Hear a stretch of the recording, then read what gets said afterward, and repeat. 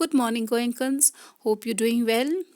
Dear Goenkans, from today we'll be starting revising our first chapter, that is food, where does it come from?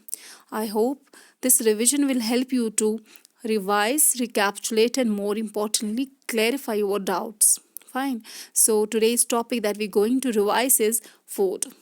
Dear Goenkans, can you just tell me what will happen to your car if it runs out of petrol? Right, it will stop working. Fine. So basically, petrol is the fuel that burns in a car engine and supplies it with some energy. And it is this energy that helps your car to move smoothly on road. Right. So is the case with our body. Our body also needs fuel. Of course, not petrol, but food. In fact, all living beings need fuel in the form of food to sustain their life. Be it plants or even animals, food is something that is very much essential for all forms of life. Do you know this food is one of the important characteristic of living beings?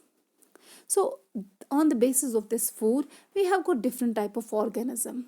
Some of the organism can prepare their food on their own by a process that's known as photosynthesis. Such organisms are known as autotrophs.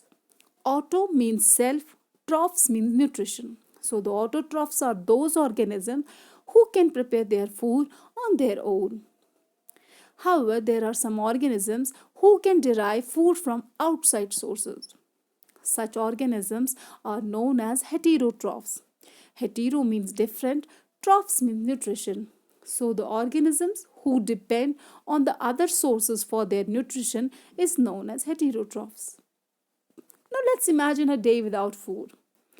What do you think? What can happen to our body? Right. Our body will start feeling tired, and more importantly, by the end of the day, we feel like weak, right? So, our body needs food to nourish and energize.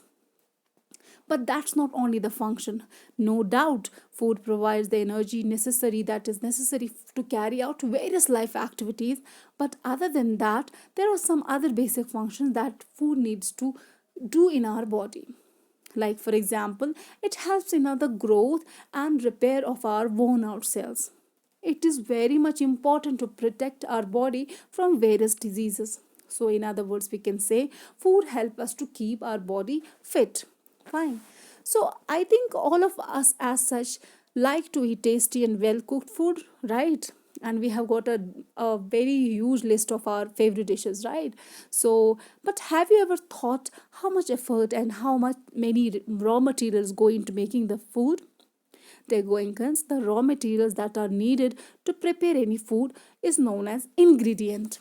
So today we'll be doing an activity to understand these ingredients in much better way. What we'll be doing is we'll be just making a list of the food items that you have eaten in your breakfast, lunch and dinner. Fine. So then after that you will make a table in your science notebook and you will just mention the ingredients that are needed to make that particular food item that you have eaten in a particular time. Fine. So for that matter you can also ask for your elders to help you, and this way you can get an idea what is an ingredient. That's all for today. Thank you so much. Stay safe, stay home.